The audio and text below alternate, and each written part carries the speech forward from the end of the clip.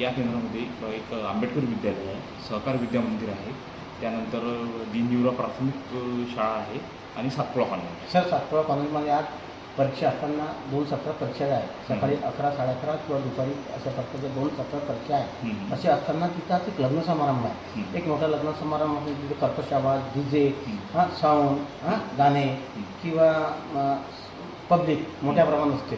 तर अशा बाबतीत खरंच विद्यार्थी मुलं त्या केंद्रात परीक्षा खरंच देऊ शकतात का असं वाटतं? नक्की देऊ शकत नाही. मी या बाबतीत मान्य अमरावती विभाग अमरावती आयुक्त अमरावती विभाग अमरावती यांचे जे परिपत्रक आलेलं आहे 30 मार्च 2011चं, हे सर्व मुख्याध्यापकांना सर्क्युलेट केलेलं आहे. या परिपत्रकामध्ये स्पष्ट म्हटलेलं आहे की बाबा शालेय जो आपला अध्यापनाचा कालावधी आहे, म्हणजे जे आपला 30 एप्रिलपर्यंत आपलं सत्र असते, 30 एप्रिलनंतर तुम्ही जे आपल्या बिल्डिंग्स आहेत समजा हे सार्वजनिक वापरासाठी आपण देऊ शकता. पण ते देत असताना या परिपत्रकामध्ये ज्या टर्म अँड कंडिशन आहेत त्या पूर्ण केल्यानंतरच आपण ते बिल्डिंग देऊ शकता. म्हणजे इथं परीक्षा तुमचं केंद्र असताना इथं लग्न आयोजित कसं काय झालं? नेमकं कारण काय? नेमकं कारण असं आहे की हे जे केंद्र आहे हे केंद्र 1 महिन्यापूर्वी निश्चित केलं होतं आणि यांनी लग्न समारंभासाठी जो आज जे बिल्डिंग त्यांनी अलॉट केलेली आहे यासाठी माझी कोणत्याही प्रकारची परवानगी घेतलेली नाही. तुमचं परीक्षा केंद्र यांनी तुम्ही फायनल केल्यानंतर तुमचं लग्न समारंभ आहे याची तुम्हाला कल्पना त्यांनी दिली होती? बिलकुल नाही, दिलीच नाही.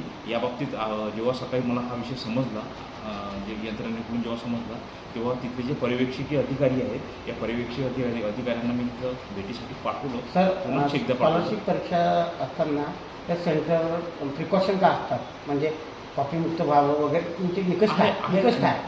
निकषच आहेत काय त्याच्यात की विद्यार्थ्यांना आनंद म्हणजे शांततापूर्ण जे परीक्षा आहे आणि पारदर्शकपणे कसे आहे की किती सेंटीमीटर लोक बाहेर असावे, काय असावे, मीटरवर असावे, असे काही निकष? 100 मीटरच्या आतमध्ये कोणाला प्रवेश नाही या परीक्षा केंद्रावरती. मग सर, लग्न असताना बिल्डिंगच्या बाजूला पब्लिक आहे, तर मग या बाबतीत माझी त्यांनी कोणत्याही प्रकारची परवानगी घेतली. मग हे परीक्षा रद्द केलं जाईल का असा आमचा आरोप आहे की विद्यार्थ्यांना जेव्हा डीजे आणि याच्यात मुलं व्यवस्थित तो पेपर देऊ शकले नाही असा आरोप आहे काही पालकांचा. आणि जे प्रिकॉशन असते 100 मीटरच्या बाहेर हे सर्व असावं, पण तुमचं 100 मीटर नाही, बिल्डिंगच्या बाजूला लोक पब्लिक आम जनता असल्यामुळे तुम्ही शासनाचे जे परीक्षेचे कोणतेच निकष तुम्ही अंमलबजावणी केली नाही, तर या सेंटरची परीक्षा रद्द करावी असं काही पालकांना. या बाबतीत माझ्याकडे जर कोणत्या प्रकारची तक्रार जर आली तर मी या बाबतीत वरिष्ठ कार्यालयाला मार्गदर्शन. इथं नियमाची पूर्ण पायमल्ली केल्या गेली जे मान्य हो, माझी कोणत्याही प्रकारची या बाबतीत परवानगी घेतली गेली. मग सर, कारवाई का होईल? कारवाई का होईल? बिलकुल, मी निश्चितपणे या बाबतीत वरिष्ठ कार्यालयाला पत्रव्यवहार करतो.